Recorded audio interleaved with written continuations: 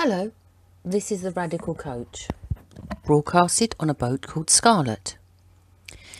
Today I'm sitting on deck with the water slowly lapping by the side of me, just before sunrise.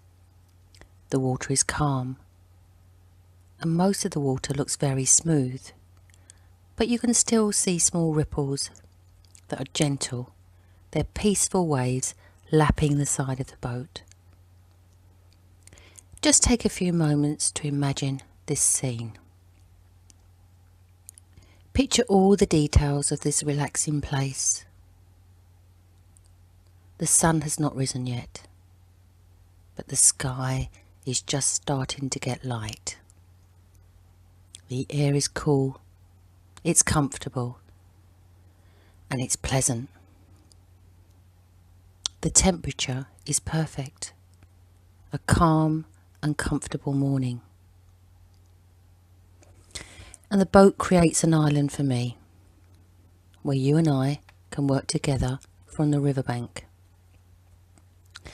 Draw me away from the crowd and your daily stresses, calming your mind down to a slower pace for radical coaching to begin. So let's get radical and talk about narcissism. As a radical coach, I'm not going to beat about the bush on this particular subject because it's a very big one. And you know, narcissism seems to be the new buzzword, doesn't it, on TV? Even Donald Trump has it. The word narcissism gets tossed around a lot in our selfie-obsessed, celebrity-driven culture as someone who seems excessively vain or full of themselves. But you know what? It's a much sinister thing than that. It really is. And it's important for you to know that we all have narcissistic traits at times. We can say things to somebody, you know, that really hurts them. We can even pout and pose on Instagram, on Facebook. But that doesn't mean to say that we're narcissistic, does it? That would be silly. And we can all have bad behaviour, throw a tantrum, lose our temper, be selfish and unreasonable. We can be really hurtful, moody, forget a promise or a birthday. We can be controlling, and sometimes we can be blooming arrogant at times. But we do have the ability to feel guilty. Hopefully we can reflect, and we can say sorry, and really try hard not to do it again. And sometimes we might even do the same things over and over and over again. We can be really multiply hurtful. But you know what? A true narcissist won't excuse any of their negative behaviour as a bad thing. They don't see it as a bad thing. In fact, they're more likely to be proud of it. Doesn't that sound a bit weird? But narcissists seem to be happy to describe themselves as arrogant. They're not frightened of saying that, you know. And they even strive to be more narcissistic. Really?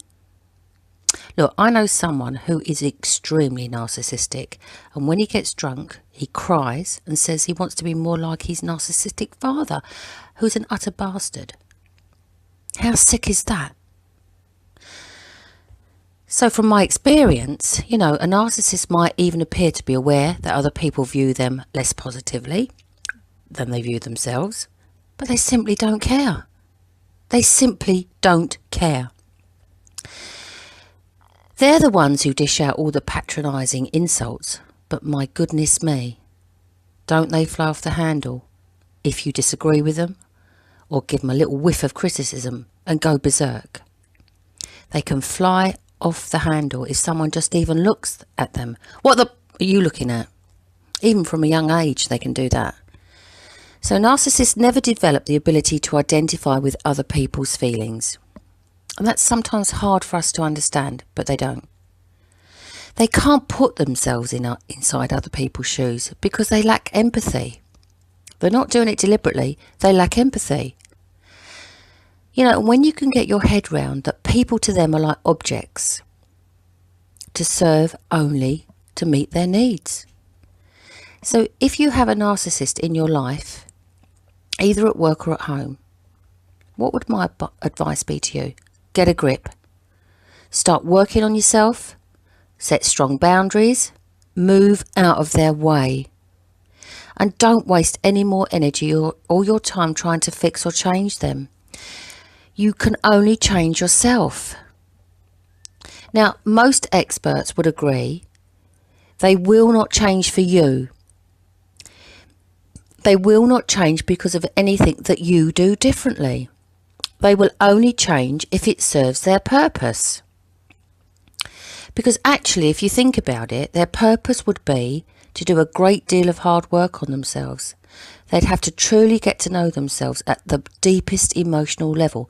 And the most average person doesn't do that, do they?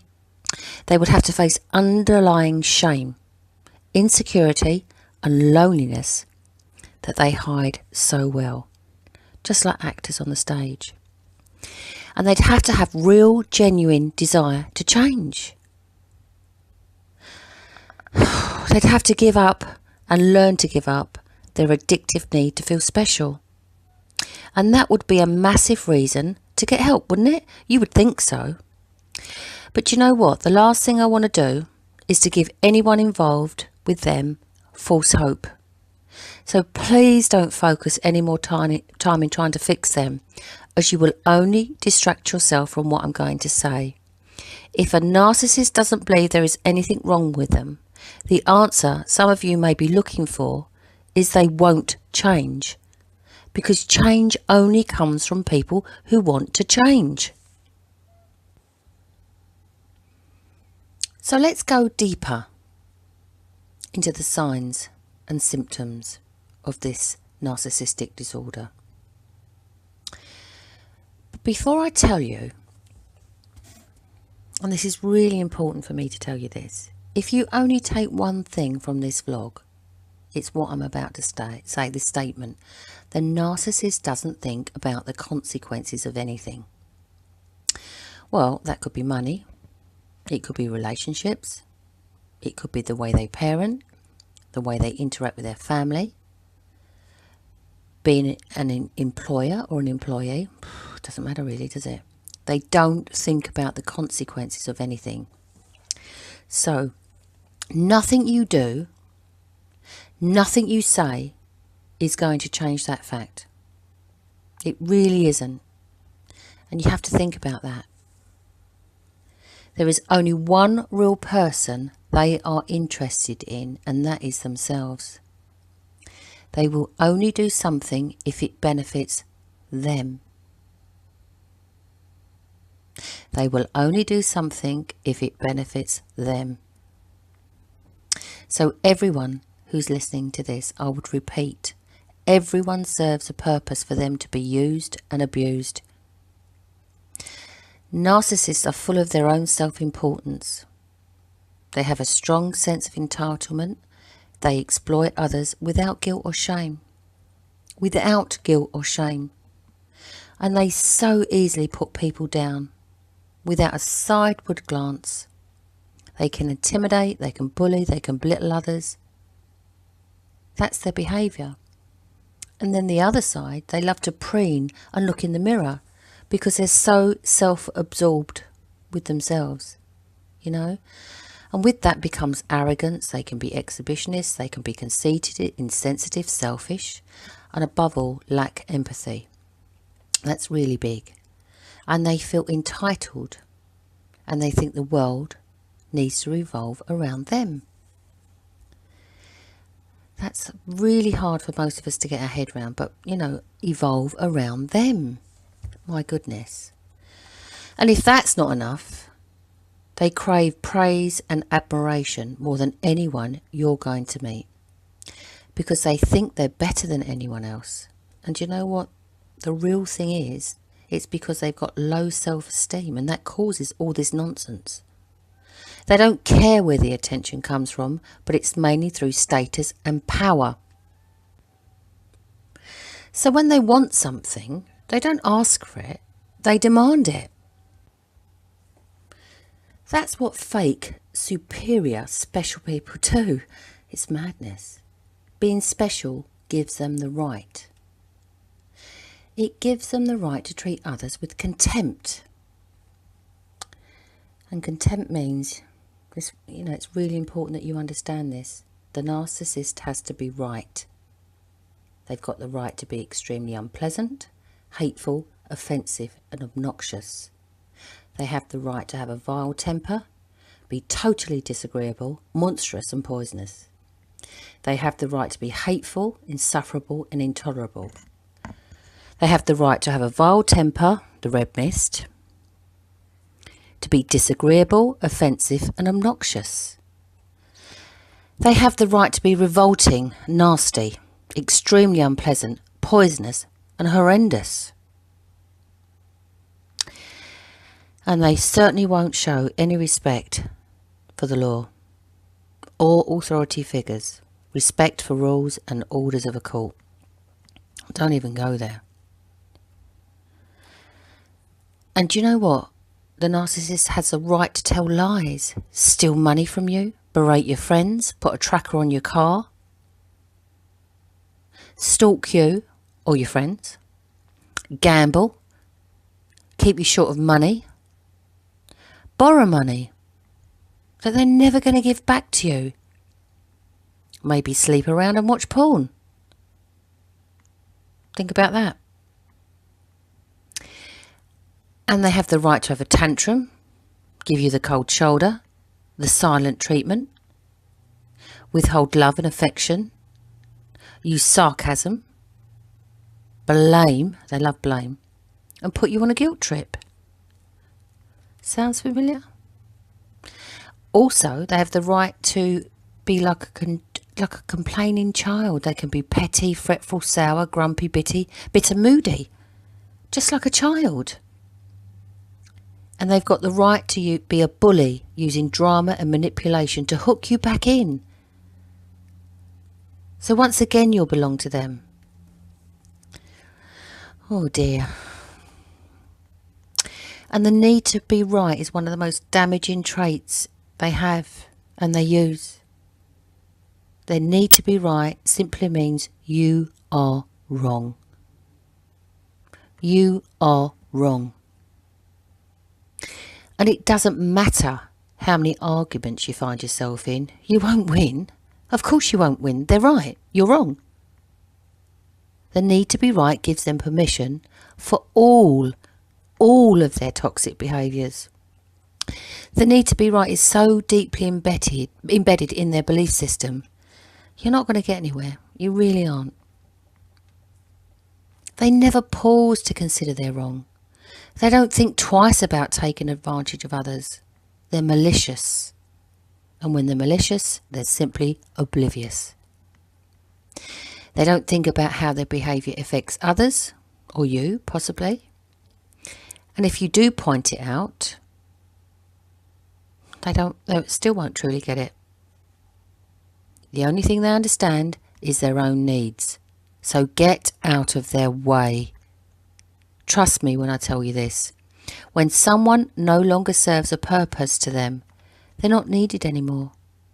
They're not necessary in their lives. They're redundant to their needs. They're a spare part. They're history. And don't think for one moment they haven't got somebody else lined up to take your place. And I think if you can understand that, that's why they can cut people out of their lives so easily. People who are not useful serve no purpose to them. That's what I want you to get inside your head. So if you need to repeat this before you go on to the next bit, please do, because this is mind-breaking stuff. Now, lots of people ask me, what threatens a narcissist? Well, people they don't know. They don't like people they don't know. Someone that has something they don't have, more money, maybe. Someone who is confident and popular, they don't like them. And they do not like someone who won't bow down to them. And they hate someone who challenges them. So that's something for you to think about. What makes them a catch, you might ask me? They're magnetic and charming, who paint fantastic, flattering pictures that draw you in. But think about this. Narcissists don't look for partners. They are looking for obedient admirers to prop up their own egos. Your feelings and desires just don't count. If they treat others by lying, manipulation, disrespect, they'll do exactly the same to you eventually. Open your eyes and see them for who they are. Stop making excuses for bad behaviour or minimalising the hurt that's causing you to feel awful. Denial just won't make it go away. Can you live like this indefinitely if this is a partner of yours? If you can't change it, get out of their way. Focus on your own dreams, things you want for yourself. What do you want to do to change your life? And the first thing I would say is set healthy boundaries for yourself, okay? But don't set a boundary unless you're willing to keep it, because they don't do boundaries and they rebel against new boundaries and they will test your limits, so be prepared. Don't forget, if you don't set boundaries, they will take whatever you have. If it's not your mind, it will be your possessions.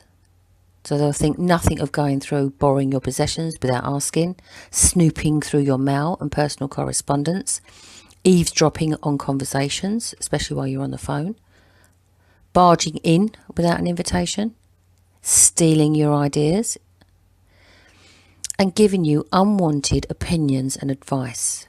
They tell you what they think and what they feel. And they do that with a form of entitlement, because they've got no respect for you or anyone, all your things. Everything is theirs.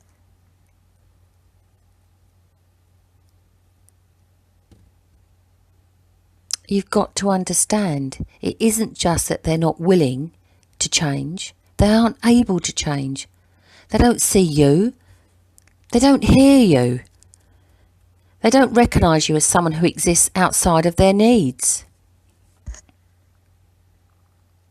So if you back down, if you put a consequence in, you're sending them the message that you can't be taken seriously. So think about that. If you're going to put a boundary in, and I do a vlog on boundaries, so you can go and listen to that.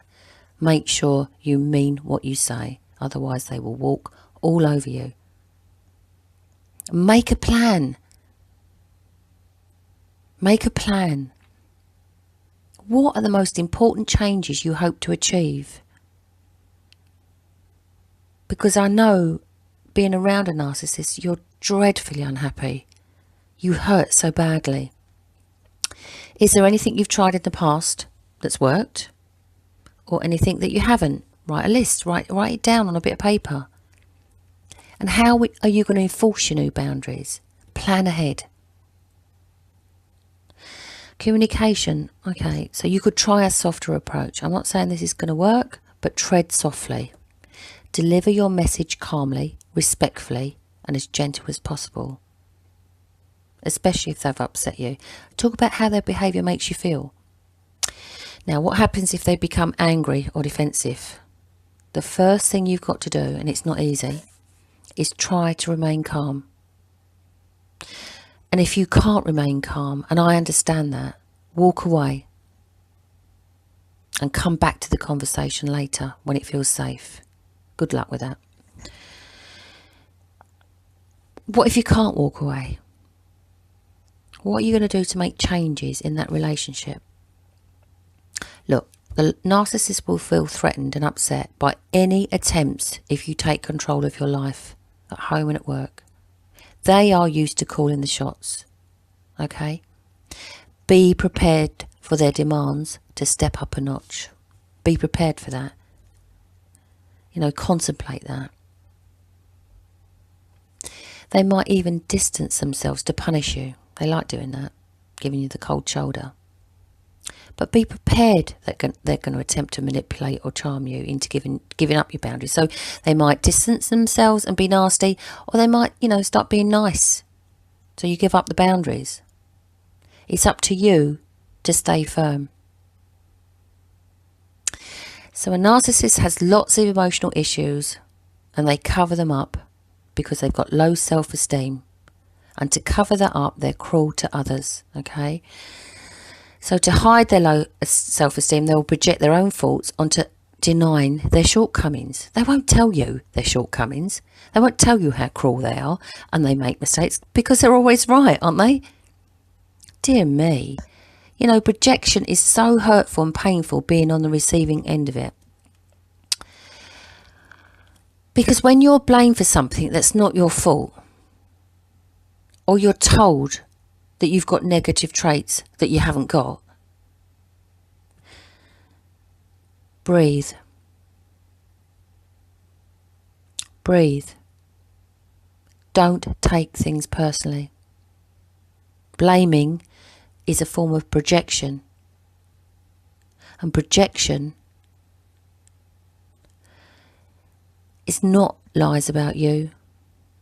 It's the truth about them. And that's a hard one to take on board, but projection is never about you. It's always about their truth, but they're pushing it onto you. Don't listen to their blaming tactics. It's like a game, okay? Stop taking responsibility when they blame you or criticise you. It's their own shame. Don't argue. Don't defend yourself to a narcissist. Why? Well, you know why. Because they're always right. Don't forget that. Even if you've got a rational and sound argument, they can't hear you. Don't waste your breath. Don't waste your breath. Breathe. Walk away. Let go of the need for approval. This is something within you that's, you know, some of your childhood work that you need to do. But for now, let go of that approval from them. Know the truth about yourself.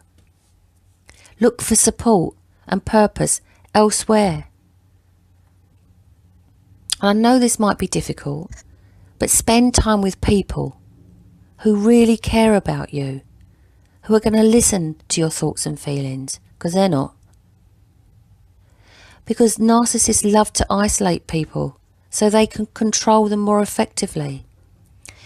Invest in more time making new friends outside the narcissistic's orbit. Rebuild your old friends, lapse friendships. Coaching is a great investment in your future. So until next time.